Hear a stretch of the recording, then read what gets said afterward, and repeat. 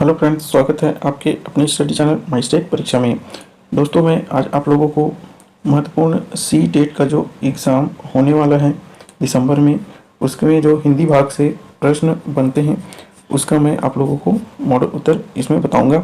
Old question paper में बताऊंगा किस प्रकार के प्रश्न बनते हैं। तो चलिए देखते हैं इसमें प्रश्न। चौथे भाग में जो है यहाँ पर हिंदी भाग, जिन्होंने प्रथम भाषा भाग और द्वितीय भाषा भाग में हिंदी लिए हैं उनका मैं कंप्लीट सॉल्यूशन बताऊंगा।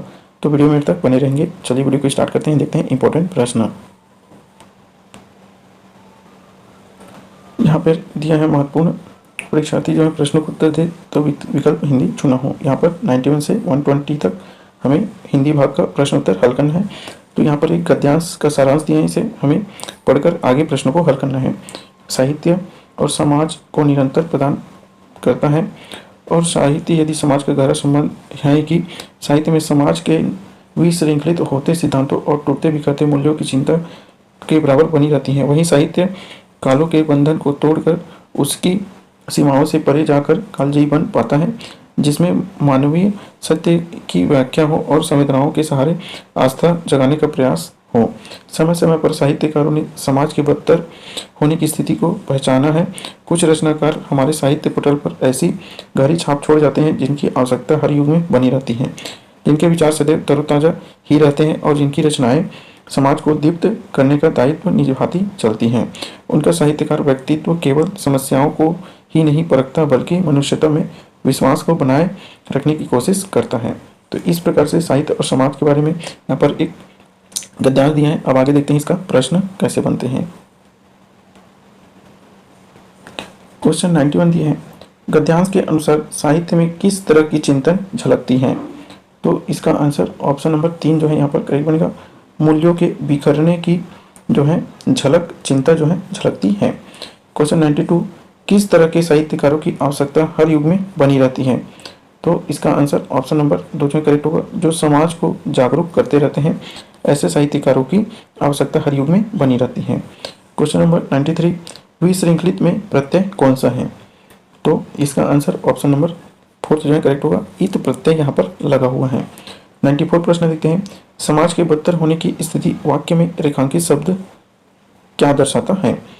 तो ऑप्शन दिया दुराचारी, अभिमानी, बेईमानी या अत्यधिक बुरा। तो इसका आंसर ऑप्शन नंबर 4 जो है करेक्ट होगा। अत्यधिक बुरा जो है इस शब्द को दर्शाता है, बदतर। देखते हैं अगला प्रश्न। क्वेश्चन नंबर 95 देखते हैं, कालजयी से क्या तात्पर्य है। अल्प काल तक रहने वाला, जो काल विशेष में बाधा हुआ हो, हर काल में प्रासंगिक हो। चौथा है काल विशेष की सही व्याख्या करता हो। तो इसका सही आंसर ऑप्शन नंबर 3 जो यहाँ पर करेक्ट होगा। हर काल में जो है प्रासंगिक होता है, यह कालजयी कहलाता है। देखते हैं अगला प्रश्न। अगला प्रश्न है 96, विश्वास शब्द का अर्थ क्या है। निश्चित धारणा, विस्मय, विश्व से संबंधित नियम और तत्वज्ञान संबंधी। तो इसका सही आंसर है ऑप्शन नंबर 1 जो है करेक्ट बनेगा। निश्चित धारणा जो है विश्वास का अर्थ बनेगा। इसका सही आंसर है फर्स्ट। देखते हैं 97, साहित्यकारों ने समाज की किस स्थिति को पहचान करने का प्रयास किया है। बिखरता हुआ समाज, विकास की ओर अग्रसर समाज, पतन की ओर जाता हुआ समाज और उन्नतशील समाज। तो इसका करेक्ट आंसर है ऑप्शन नंबर 3 जो यहाँ पर करेक्ट होगा। पतन की ओर जाता हुआ समाज यहाँ पर प्रयास किया है, साहित्यकारों ने समाज की स्थिति को दर्शाया है। तो इस प्रकार से 97 प्रश्न का उत्तर 3 बनेगा। देखते हैं अगला प्रश्न। क्वेश्चन नंबर 98 देखते हैं, कौन सा साहित्य कालजयी साहित्य बन पाता है। जो बिखरते हुए सिद्धांतों की चिंता करे, जो पाठकों को मनोरंजन करे, जो समाज के दर्पण हो, जो मानवीय सत्य की व्याख्या करे। तो इसका सही आंसर ऑप्शन नंबर 4 जो है करेक्ट होगा। जो मानवीय सत्य की व्याख्या करे, यही इसका सही आंसर होगा। क्वेश्चन 99, समाज को गति कौन प्रदान करता है। साहित्य, विज्ञान, तकनीकी विकास, शिक्षा। तो इसका सही आंसर है ऑप्शन नंबर फर्स्ट जो है करेक्ट होगा। साहित्य जो है समाज को गति प्रदान करता है, ऑप्शन फर्स्ट करेक्ट होगा। देखते हैं अगला प्रश्न।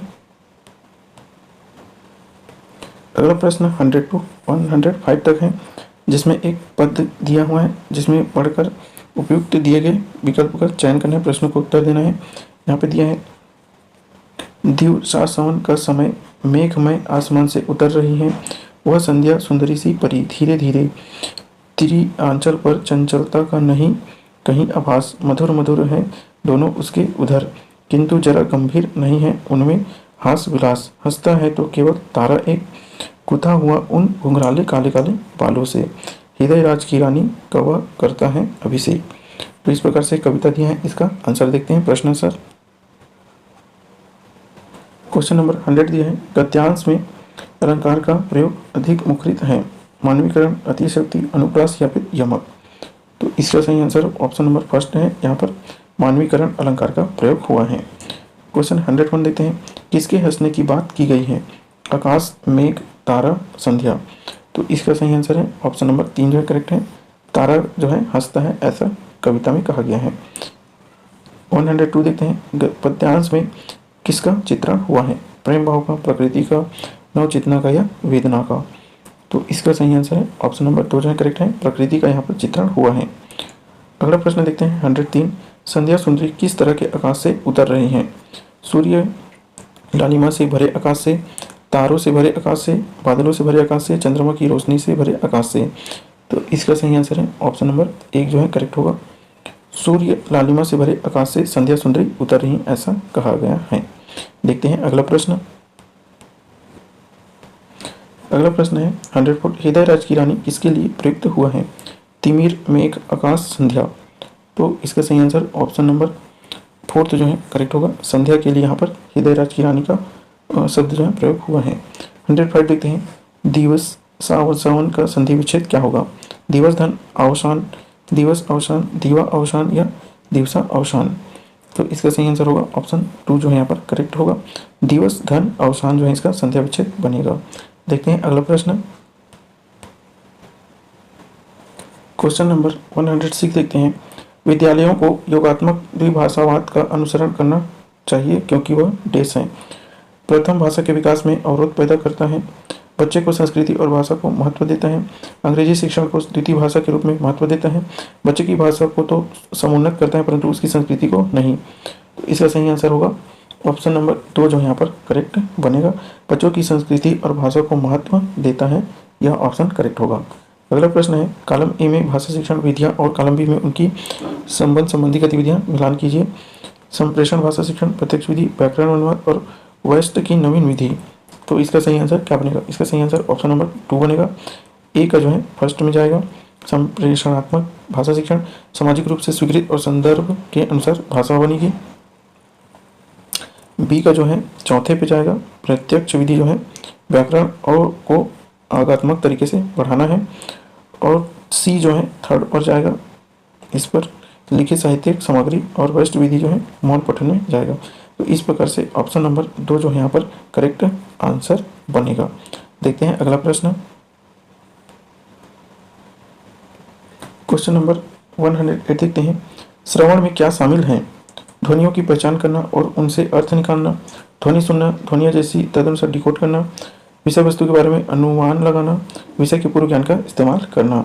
तो इसका सही आंसर क्या बनेगा, ऑप्शन नंबर 2 जो है यहाँ पर करेक्ट बनेगा, ध्वनि सुनना, ध्वनिया जैसी तदनुसार डिकोड करना, इसका सही आंसर बनेगा, करेक्ट आंसर होगा 2।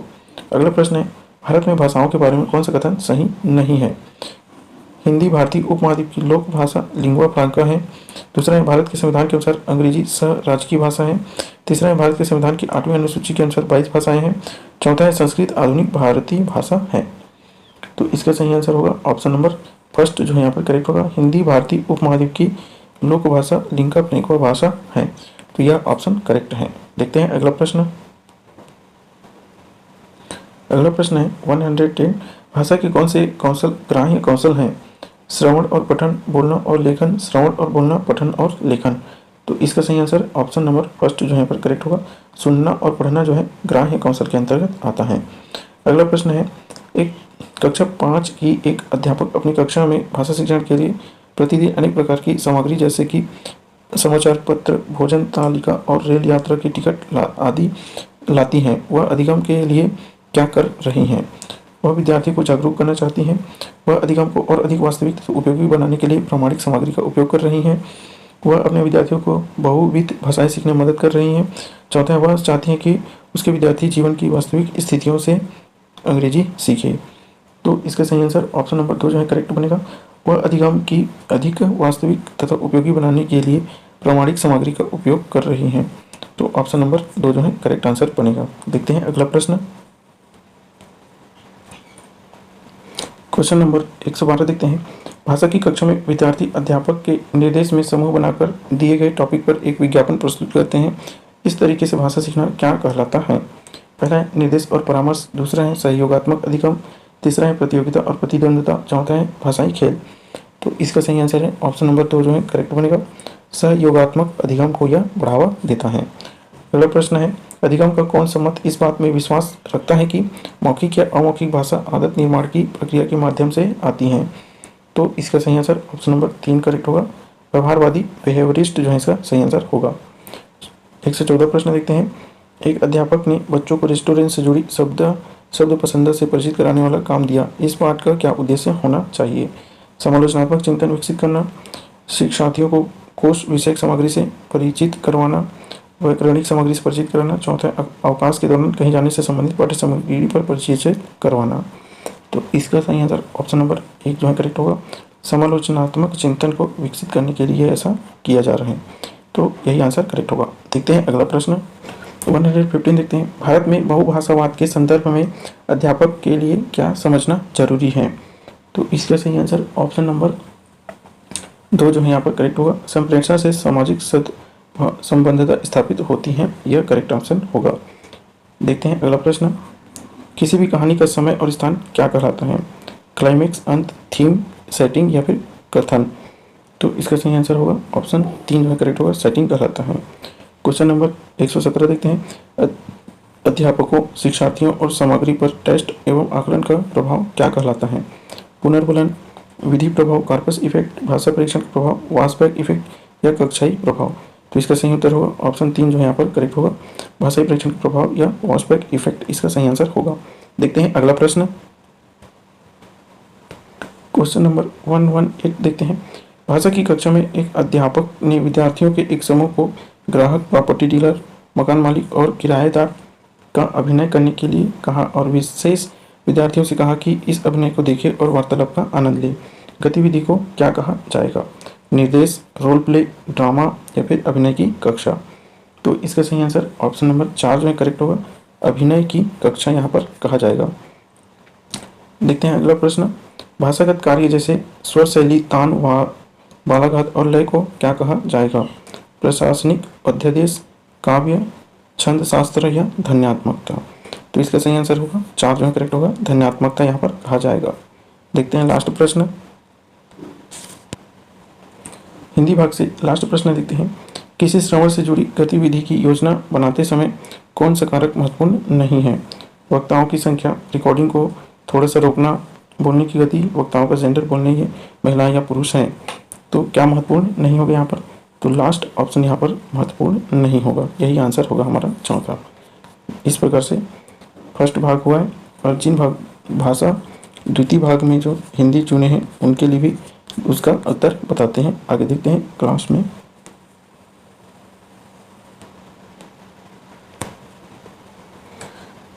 भाग 5 में जो है भाषा द्वितीय हिंदी जिन्होंने चुना है उसका उत्तर यहाँ देखते हैं। यहाँ पर एक गद्यांश दिया है, जिंदगी की सबसे बड़ी सिफत हिम्मत है। व्यक्ति के और सारे गुण उसके हिम्मती होने से ही पैदा होते हैं। कुछ लोग ऐसी गोधूली में बसते हैं जहाँ न तो जीत हंसती है और न कभी हार के रोने की आवाज़ सुनाई पड़ती है। साहस की जिंदगी सबसे बड़ी जिंदगी होती है। ऐसी जिंदगी की पहचान यह है कि वह बिल्कुल निडर, बिल्कुल बेखौफ होती है। साहसी मनुष्य की पहली पहचान यह है कि वह इस बात की चिंता नहीं करता कि तमाशा देखने वाले लोग उसके बारे में क्या सोच रहे हैं। अड़ोस पड़ोस को देखकर चलना यह साधारण जीव का काम है। जिंदगी के उस पन्ने को उलटकर पढ़ना चाहिए जिसके सभी अक्षर फूलों से नहीं कुछ अंगारों से भी लिखे गए हों। देखते हैं प्रश्न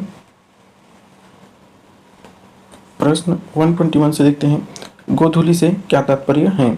संध्या बेला, रात्रि बेला, प्रभात बेला या मध्य रात्रि? तो इसका सही answer option number first correct होगा, संध्या बेला इसका उत्तर होगा। देखते हैं अगला प्रश्न, गोधूली में बसने वाले लोगों से अभिप्राय हैं जीवन में परिश्रम करने वाले लोग, विश्वसता और अभाव में जीने वाले लोग, जय पराजय के अनुभव से परे लोग, फल की कामना न करने वाले लोग। तो इसका सही आंसर ऑप्शन नंबर 2 जो है यहाँ पर करेक्ट बनेगा, व्यवस्था और अभाव में जीने वाले लोग के लिए गोधूली शब्द प्रयोग होगा। अगला प्रश्न है, सिफत का अर्थ क्या है?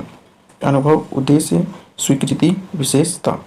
तो इसका सही आंसर होगा ऑप्शन 4 में करेक्ट होगा। यहाँ पर विशेषता, यहाँ पर इसकी अर्थ बनेगा सिफत का। देखते हैं अगला प्रश्न।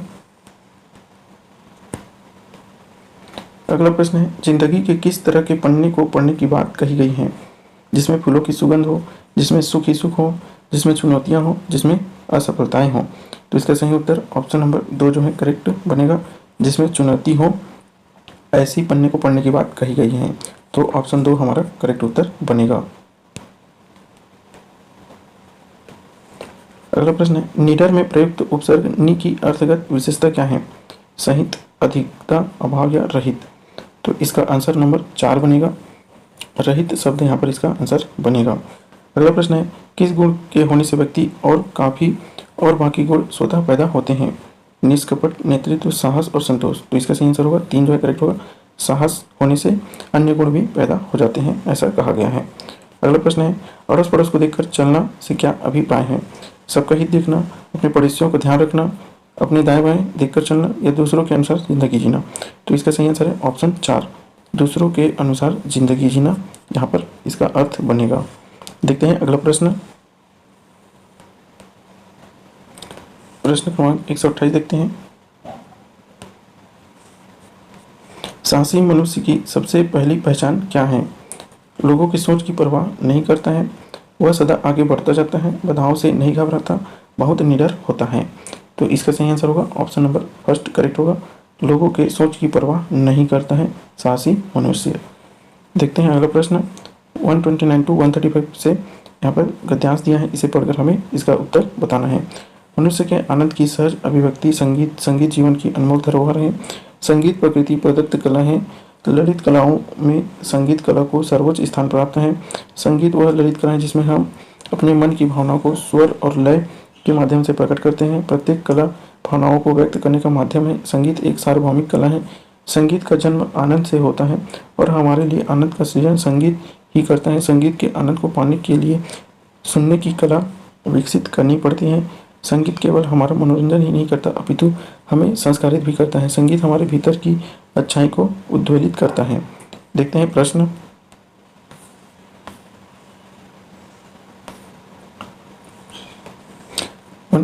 संगीत हमें किस प्रकार से संस्कारित करता है? हमारे मन की अच्छाई को सामने ला करके, हमारा मनोरंजन करके, अभिव्यक्ति का माध्यम करके, हमें आनंदित करके। तो इसका सही आंसर ऑप्शन नंबर फर्स्ट जो है यहाँ पर करेक्ट होगा, हमारे मन के अच्छाई को सामने लाकर। क्वेश्चन नंबर 130, सार्वभौमिक का अर्थ क्या है? संपूर्ण जगत में व्याप्त, समान भाव से व्याप्त, सभी धर्मों में व्याप्त, स्वदेश में व्याप्त। इसका सही आंसर ऑप्शन 1 जो है करेक्ट होगा, संपूर्ण जगत में व्याप्त। अगला प्रश्न है, संगीत के आनंद की प्राप्ति के लिए क्या आवश्यक है? ऑप्शन दिया है यहाँ पर, तो यहाँ पर इसका सही उत्तर होगा ऑप्शन नंबर 3 जो है यहाँ पर करेक्ट बनेगा, सुनने की कला विकसित करनी चाहिए। देखते हैं अगला प्रश्न। अगला प्रश्न है, सर्वोच्च का संधि विच्छेद क्या बनेगा? सर्वोच्च, सर्वोच्च, सधन सर्वोच्च, सर्वधन उच्च। तो इसका सही आंसर ऑप्शन नंबर 2 जो है यहाँ पर करेक्ट बनेगा, सर्वधन उच्च इसका सही उत्तर होगा। अगला प्रश्न है, प्रस्तुत गद्यांश में किस कला की बात की गई है? नाटक, नृत्य, स्थापित या संगीत? तो इसका सही आंसर होगा चौथा, संगीत की यहाँ पर बात की गई है। अगला प्रश्न है, संगीत को जीवन की अनमोल धरोहर कहा गया है क्योंकि यह सर्वसुलभ है, या प्रकृति प्रदत्त है, या आनंद का सृजन करता है, या ख्याति प्रदान करता है। तो इसका सही आंसर ऑप्शन 2 जो है करेक्ट होगा, यह आनंद का सृजन करता है। अगला प्रश्न है, संगीत द्वारा भावनाओं को प्रकट करने का प्रमुख माध्यम क्या है? मुद्रा भाव, रंग आकृति, स्वर लय, छंद, अलंकार। तो इसका सही आंसर ऑप्शन 3 जो है करेक्ट होगा, स्वर और लय यहाँ पर इसका माध्यम बनेगा। इस प्रकार से इसका आंसर 3 जो है करेक्ट होगा। देखते हैं अगला प्रश्न। अगला प्रश्न 136, भाषा शिक्षा में रचनात्मकता क्या है? ऑप्शन दिया है, इसका सही उत्तर होगा ऑप्शन नंबर 2 जो करेक्ट होगा, खुले अंत वाले कक्षाई प्रदत्त कार्य जिनकी भिन्न भिन्न व्याख्याएं हो सकती हैं और भिन्न भिन्न उत्तर निकाल सकते हैं, यह रचनावादी का अर्थ बनेगा। अगला प्रश्न है, ईमेल के उस प्रकार की पहचान करिए जो आप अपने उस सहयोगी को लिखना चाहोगे जो आपका मित्र भी है। लिखी पढ़ी, पत्र व्यवहार, औपचारिक, अनौपचारिक या व्यापार संबंधी। तो इसका सही आंसर 3 जो है करेक्ट होगा, औपचारिक इसका सही उत्तर होगा। अगला प्रश्न, भारत की शिक्षा नीति में भाषा त्रिभाषा सूत्र किसे समुन्नत करने के लिए कहती हैं? ऑप्शन है मातृभाषा आधारित बहुभाषावाद, बहुभाषा शिक्षा, एक भाषिक शिक्षा, हिंदी पर मुख्य बल देते हुए द्विभाषिक शिक्षा। तो इसका सही answer option number first correct होगा, मातृभाषा आधारित बहुभाषावाद इसका सही उत्तर बनेगा। देखते हैं अगला प्रश्न। अगला प्रश्न 139, विद्यार्थियों के अधिगम और समझ में स्पष्टता लाने के लिए समूची शिक्षण अधिगम प्रक्रिया के दौरान किया जाने वाला आकलन क्या है? अधिगम के रूप में आकलन, अधिगम का आकलन, अधिगम के लिए आकलन या अधिगम में आकलन। तो इसका सही आंसर ऑप्शन नंबर 3 जो है करेक्ट होगा, अधिगम का आकलन इसका सही उत्तर बनेगा। अगला प्रश्न है, द्वितीय भाषा की कक्षा में एक अध्यापक ने स्वास्थ्य ही धन है पर ऑडियो रिकॉर्डिंग सुनाई। उसके बाद उसने कार्यपत्रक वर्कशीट बांटी और कहा कि दिए गए विकल्पों में से सही उत्तर का निशान लगाएं। इस पाठ का उद्देश्य विद्यार्थियों को इस योग्य बनाना है कि स्वास्थ्य और धन पर पाठ को कंठस्थ किया जाए, स्वास्थ्य पर पाठ का श्रवण करें, शिक्षा विद्यार्थियों को कार्य में संलग्न किया जाए, विचार बिंदुओं को सुनकर विश्लेषण किया जाए। तो इसका सही उत्तर ऑप्शन 4 जो है करेक्ट होगा, विचार बिंदुओं को सुनकर विश्लेषण किया जाए इसका सही उत्तर बनेगा। देखते हैं अगला प्रश्न। अगला प्रश्न है 141, भाषा अधिगम में गलतियों के बारे में क्या सही नहीं है? ऑप्शन दिया है यहाँ पर, इसका करेक्ट उत्तर बताना है। इसका करेक्ट उत्तर होगा ऑप्शन नंबर 2 जो है यहाँ पर करेक्ट बनेगा, गलतियाँ भाषा अधिगम प्रक्रिया में अवरोध पैदा करती हैं।